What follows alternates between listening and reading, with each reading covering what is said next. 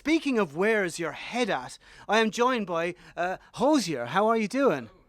And sorry, I'll stick your mic up. Let's do that. Let's do that one more time. Hozier, how are you? Hello, how are you? Listen, where's your head at? Speaking of which, I was there a little bit earlier on. There must have been, anecdotally, about 15,000 people out there at the main stage to watch you. How are you feeling after that? Because that's a serious buzz. Come on. Yeah, it is. I don't know if I haven't had too long to decompress, so it kind of is. It is a shocking sight to see, but it's a good feeling. I think I'm still processing that. Do you feel any pressure then? Say, obviously, Take Me to Church and Sedated, or so, one of the three singles, Eden as well. Do you feel pressure to get one of those out? Because nobody knows any of the stuff off your forthcoming album. Yeah. Do you feel any pressure to kind of get one out before you have to start saying, no, everybody, hang on, hang on, stay. I'm gonna play one of the big ones in a minute. Yeah. Because you did wait a while. I did. I actually, now that you mention it, because I didn't think of it that way, but yeah, we very cheekily didn't play those three singles until the end of the set. Well, I mean, Take Me to Church was probably the first one we played of those three.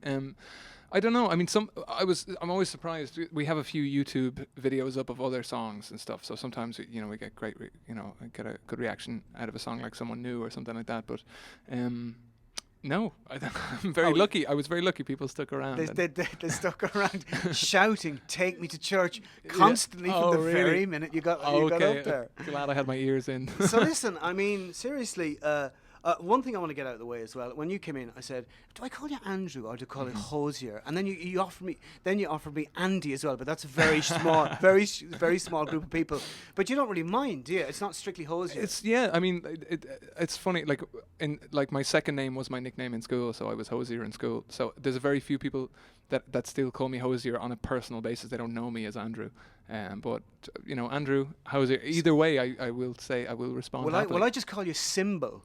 Symbol. We'll do a Prince on it. Yeah, that's it. I'm just going to call you Symbol for the rest of this. Yeah. But seriously, how are you finding the anticipation for your album, the 19th of September? Like it is the most anticipated debut album I think that has ever come out of Ireland. No. And I say that was you name one that was bigger. You two, I wouldn't say they built up such a head of steam at that point. I really think this is. And how are you finding that anticipation? Personally, I think the secret is not thinking about it, and hearing things like that make you force you to think about it. But you can't ignore it. I think blessing and a curse is that I don't spend a huge amount of time in Ireland, and I've been touring a lot for the last 6 months, and when I get home, that's the most shocking times, and I realize people are invested in the music and people are listening to it here, and I don't get to experience that. I get to experience a few moments of it, like doing a show here today. So in that regard, I think I'm lucky.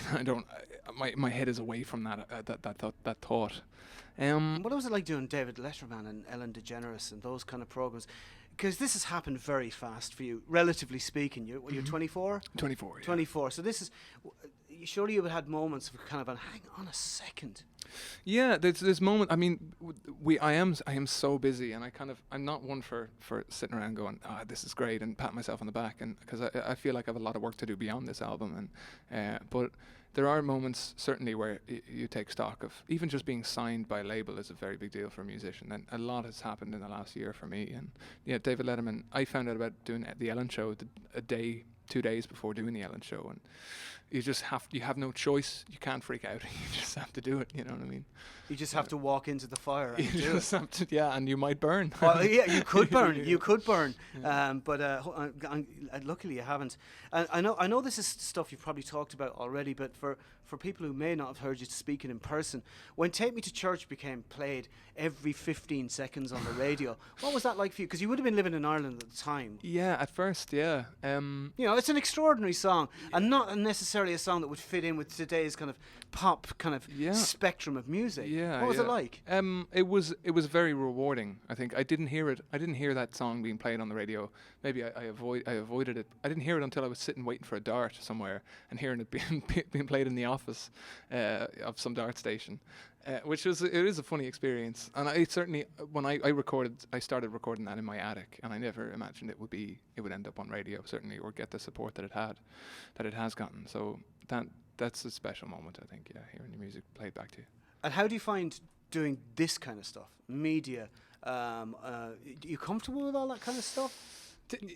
I was never good at talking about myself, so I get that impression from you, even by your physical body language. There's not. You're rather to sing. You don't like sitting in front of a microphone and talking about yourself in some kind of psychoanalytical way. Now you've had me. You have me even more conscious of the fact that I'm. Don't think about your body. Yeah. Don't think about it. Yeah, it's easy talking about the work. It's easy talking about the songs because that's what you put in. But you never consider that you might be sitting down chatting to people about it. So it is something, again, you just have to get used to. But talking about myself certainly is not something that, I have been comfortable with all that much in the past. Because like you certainly haven't reached a point yet, which no doubt you will, where people will be delving into your personal life, and they'll be, the magazines will be writing about this and that and all that kind of stuff. And do you think you'll be able to handle that kind of thing? Have you found any? Has that happened to you at all in any way so far? No, not a huge amount. No, thankfully. And I'd like to keep it that way, obviously. But of course, I think there's enough of myself expressed in the songs for anyone to really know too much details. But I know it happens. It's just the nature of the beast now at the minute, and certainly in the last, it's just the way the media can be, and it's look. Well, I'll burn that bridge when I get to it, I think. Yeah. Don't worry. There's loads of bridges you can burn. You haven't done any of that so far. But do you feel like, the way pop music at the moment, the world we live in is very, very, very pop music, certainly in terms of what's very out there on radio and television at the moment, that you would seem to be running against the tide of all that. Do you feel part of any of that world, or do you just doing your own thing, and that's who you are? Yeah, I think you're not informed by what's happening now. Yeah, I mean, I never listened to top 40 things, and as a teenager and stuff, I listened to the music that moved me, and that was blues music and folk music, rock music. I know it feels that way, and a lot of people can feel like that there's an oppressive influence of this pop is just so ubiquitous, or that it's just everywhere. I think it's a matter of exposure, and I think when people are given the opportunity to be exposed to other musics, everything can be appreciated. There's so much music out there, but for me, I think I made a conscious decision. I don't know if it was a conscious decision, but just to write music that reflected my influences, and music that reflected the music that moved me, and in hopes. Now that wasn't the Venga Boys. That was not the Venga Boys. Yeah, I reached a point where I could write a song about, that am I going to dance on a bus and wear short shorts, or well, quite. You never know. You never know. I tell you, S Club 7 are getting back together. They used to be called S Club 4 when they were missing a few members. Yeah, but I don't know why we're talking about that at this point. Yeah, but listen, all I can say is advance congratulations, because when your album comes out, it is going to be a tsunami in terms of a record, and the anticipation is palpable, and I'm afraid, Andrew Hozier Byrne, Andy to your friends, and Hozier to your inner circle as well. You're going to just have to deal with that tsunami, sir. I hope so. It'll be a pleasant one, though. I'm sure so. It will. And thank you so much for coming in. It's a pleasure. And I hope you enjoy the rest of the lecture picnic. Thank you very much. Thank you. You too. Take it easy, man. Thanks.